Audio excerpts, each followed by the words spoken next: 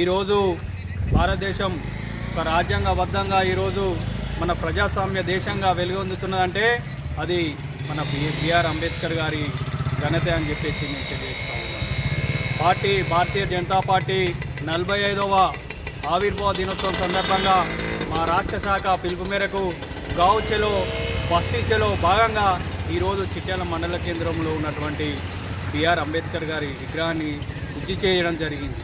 ఎందుకంటే ఆయననే ఎందుకు ఈరోజు మనం ఆదర్శంగా తీసుకోవాలంటే ఈరోజు ఈ దేశం ప్రపంచంలోకెల్లా అత్యుత్తమంగా ప్రథమంగా ఈరోజు కొనసాగుతున్నదంటే అది ఈ యొక్క రాజ్యాంగాన్ని నిర్మించడం ద్వారానే.